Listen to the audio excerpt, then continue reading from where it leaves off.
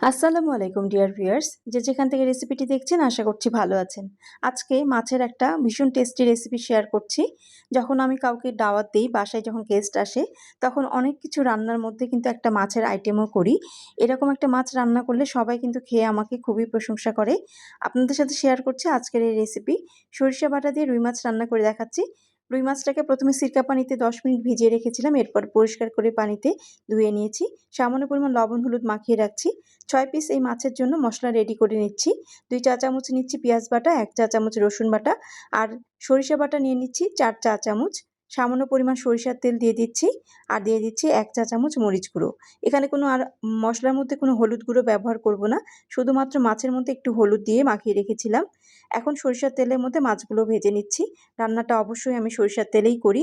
সরিষার তেলে রান্নাটা করলে সরিষা বাটার সাথে একটা কম্বিনেশন আসে, খুব সুন্দর একটা সুঘ্রাণ বের হয়। মাছটা 2 মিনিট রেখে অপর পিঠে আবার 2 মিনিট রেখে নামিয়ে নিচ্ছি। এটা খুবই একটা হালকা ভাজা করতে হবে, এটা কড়া করে ভেজে নেওয়া যাবে না। মাছটা রান্নাটা খুব অল্প সময় ধরেই করতে হবে। সামান্য পরিমাণ সরিষার তেলের মধ্যে হাফ কাপ পরিমাণ পেঁয়াজ কুচি দিয়ে দিচ্ছি। পেঁয়াজটা বেশি করে ভাজা যাবে না, জাস্ট একটু নরম হলেই সরিষা বাটার যে মশলাটা রেডি করে রেখেছিলাম সেটা দিয়ে দিলাম। ওটা দিয়ে পেঁয়াজের সাথে খুব ভালো করে মাখিয়ে নিয়ে লবণ দিয়ে দিচ্ছি হাফ চা চামচ। এই লবণটা এই গ্রেভিটার জন্য দিচ্ছি। মাছের জন্য লবণ আগেই মাছের মধ্যে দিয়ে ভেজে নিয়েছি। 2 কাপ পরিমাণ পানি দিয়ে দিলাম। এই মশলাটা কষানো যাবে না, সাদা সরিষা ইউজ করেছি যেন কালারটা সুন্দর আসে। যখন গ্রেভিটা ফুটে উঠবে তখন দিয়ে দিচ্ছি মাছ, ভেজে রাখা মাছগুলো। এটা দিয়ে 2 মিনিট এক পাশটা রাখবো। 2 মিনিট ফুটে উঠলে মাছটা উল্টে দিয়ে অপর পিঠেও 2 মিনিট রাখবো। মরিচ কুচি দিয়ে দিচ্ছি 4-5টা। মাছটা উল্টে দিলাম 2 মিনিট রাখার পরে। এরপর এই পিঠেও আমি 2 মিনিট রেখে আঁচটা কমিয়ে দিব। একদম দমে বসিয়ে রাখবো, মানে একদম অল্প আঁচে বসিয়ে রাখবো 10 মিনিটের জন্য। এতে করে গ্রেভিটা ঘন হয়ে আসবে আর মাছের তেলটা উপরে, সরিষার তেল যে দিয়ে রান্নাটা করলাম এই তেলটা উপরে উঠে আসবে। দেখেন 10 মিনিট পর নামিয়ে নিয়েছি। এটা দেখতে যেমন সুন্দর হয়েছে, এটা খেতেও কিন্তু ভীষণ টেস্টি।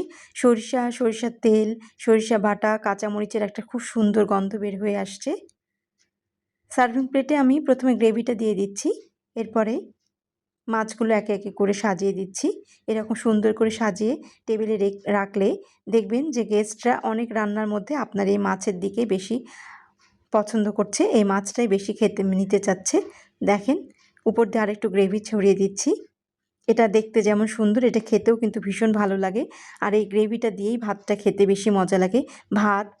ভাত, পোলাও, খিচুড়ি সব কিছুর সাথে এই মাছের এই গ্রেভিটা, এই মাছটা খুবই ভালো লাগে খেতে। আশা করছি আজকের এই রেসিপি আপনাদের পছন্দ হলো। এটা এরকম একটা ঝটপট রান্না। এটা অনেক কিছু রান্না যখন করবেন তখন মাছের একটা রান্নাও কিন্তু করতে অনেক সময় লাগে।